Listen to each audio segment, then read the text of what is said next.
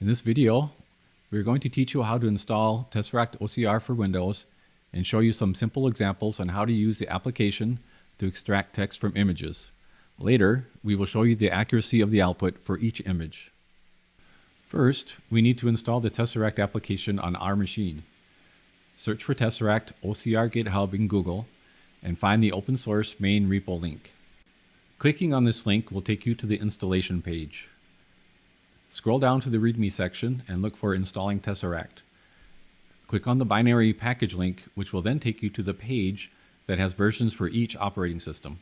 I am on a Windows machine, so I will select the Windows 64-bit binary. Click on the Tesseract OCR W64 setup file for downloading.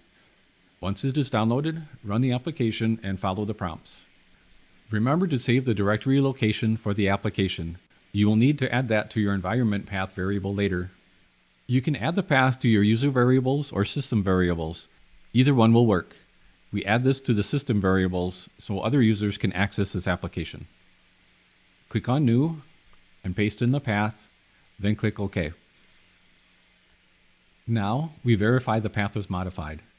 Open your command prompt and type in Tesseract -- version. If your path was modified correctly, you should see a version number and some other information. Tesseract -- help will show you some simple commands to try. That's it. You now have Tesseract running from your desktop. Now that the foundation is set, the real potential lies in automation. We'll be using Python to scale this setup, processing documents with PyTesseract. We look forward to seeing you in that deep dive. Keep building, and we'll see you in the next one.